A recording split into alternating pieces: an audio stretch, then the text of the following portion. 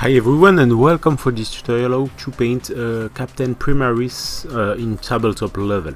For that I'm going to use in the first time different contrast color to push all my first base, and after I'm going to use classical color to push all my highlights and my different shadow.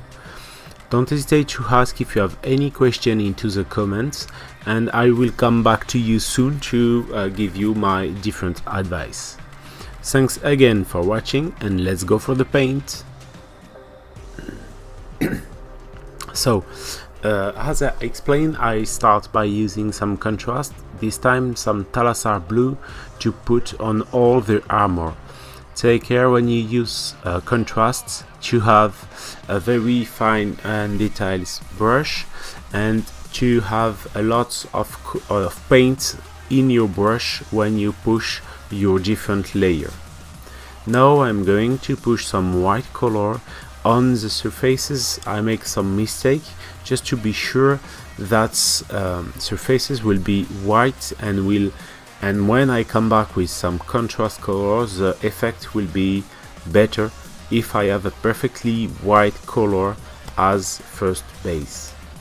As you can see, sometimes I can correct a little bit and adding a little bit blue contrasts when I make some mistake.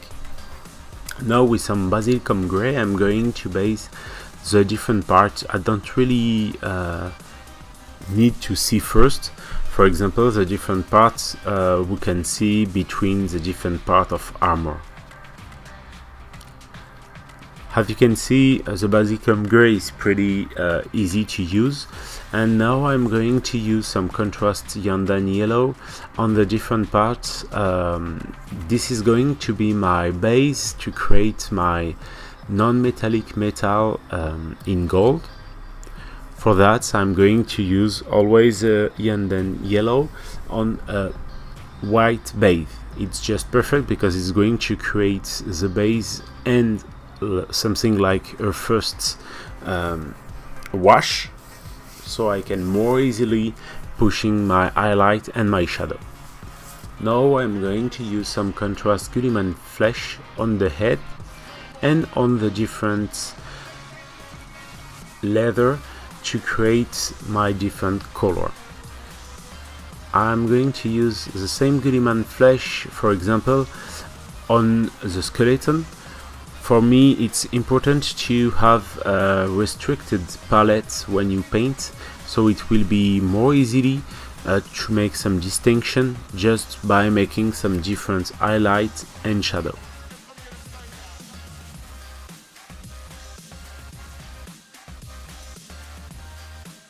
Now with some Pterodon turquoise I come back on the sword.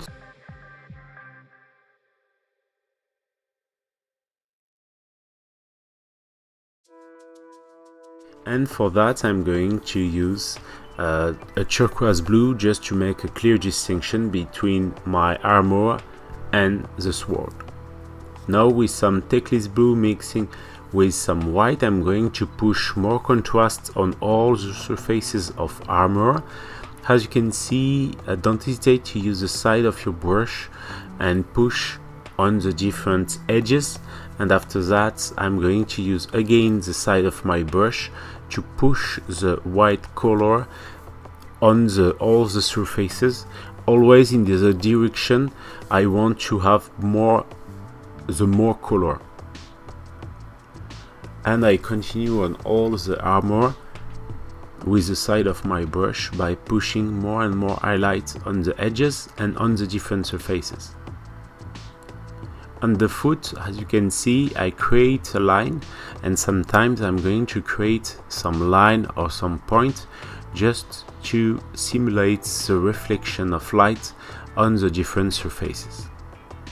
This will be pretty easy, but if you want you can just push all the edges with some very white color to have something nice.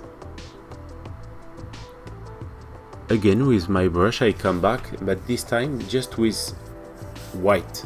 This is going to be very contrasted, but As you are going to see after, we can come back with some blue to create better transition if we need.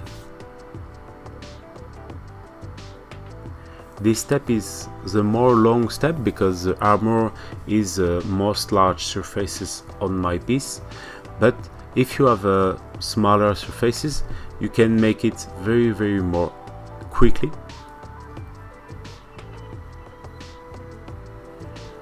Don't hesitate at this moment to discharge your brush on your other hand or on a paper, just to have some few color on your brush. Less you have color on your brush and more easily will be to control your paint and put it in the direction you want. Sometimes when I want to create some point, for example, or some very strong light, I'm going to just tap the color, so it's going to be a more strong color I directly put on some surfaces.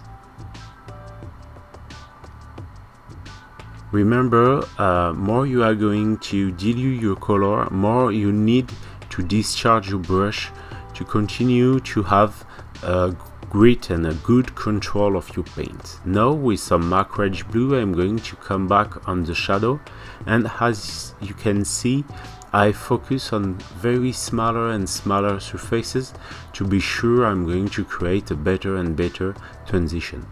My paint, more I paint and more my paint will be diluted and my brush will be discharged on my other hand or on a paper.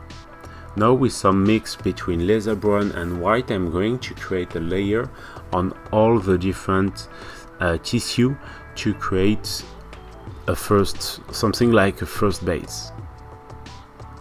Now with some just white, or just by adding a little bit laser brown into your white, I'm going to push my highlight on every surfaces who are going to take the more light.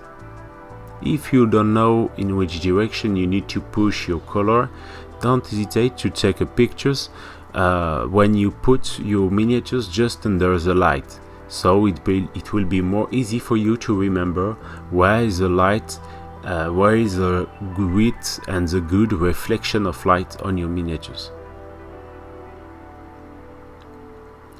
With the same kind of color, so white, I'm going to continue to highlight all the bounds and every different element. Don't hesitate to push your color with the side of your brush. This is really important, and don't hesitate to move your miniatures always to reach more easily the different surfaces. You need to understand the miniatures and the sculpture to have a better effect. Now with some contrast snakebit leather by Games Workshop, I'm going to push some layer and some wash on all the leather part. This kind of color, the leather part, is going to make some distinction between the tissue, the armor and the leather. Now with some white color mixing with some turquoise from Pro Color, I'm going to push my highlights on all parts of my sword. When I do a sword, I'm going to add more and more white into my mix. At the end, I'm going to paint directly with white and pushing all my highlight, all my edges with highlight and with white.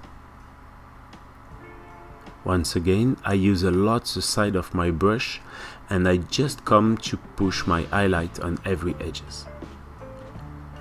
As you can see, more I'm going to paint and less I have paint on my brush.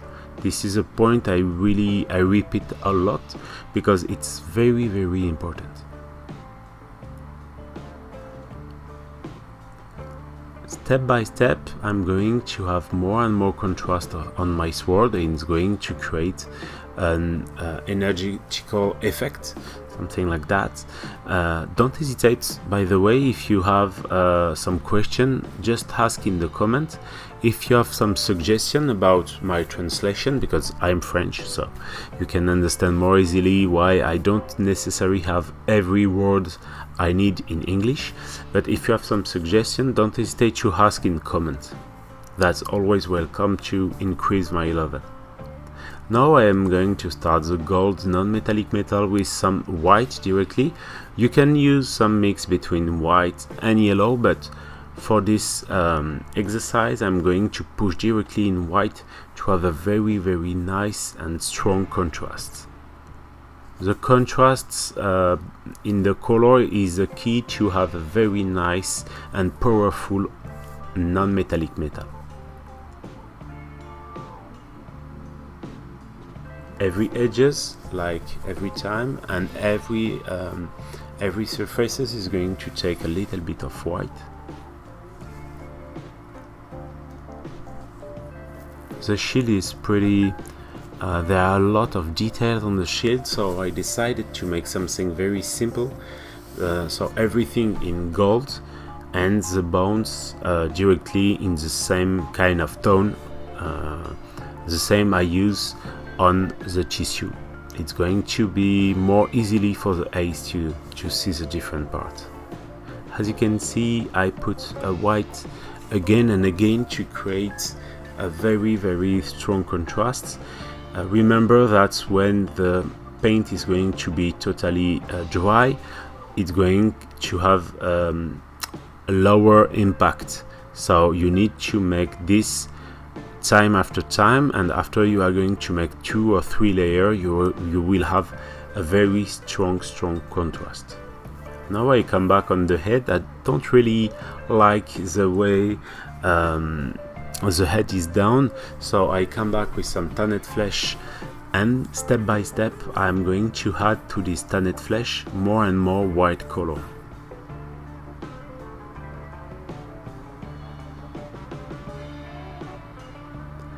Step by step I'm going to push the highlight on the focus of light.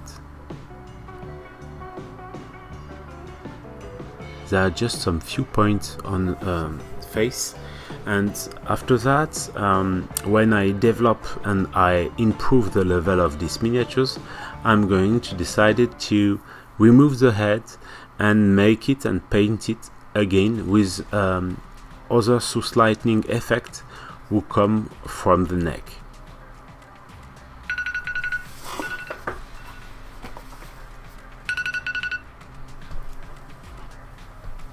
Now with some sienna color, I'm going to push my shadow on the shield and on all the non-metallic parts. The contrast is really important when you do some non-metallic metal paint. This is just some few steps, but that make a huge difference. Thanks again for watching. Don't hesitate to subscribe. I'm going to continue to share every week some new content.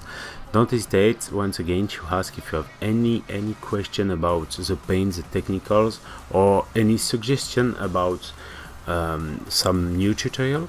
You can follow me on Facebook and Instagram to see the next paint I do, so probably the next tutorial I'm going to show you. And as you can see, you can become a Patreon to see more tutorial to improve the level of your miniatures. You will have access, by the way, to a Facebook private group, and you can share to me your work, so I'm going to give you more and more advice to increase your level. Thanks again for watching, and see you soon.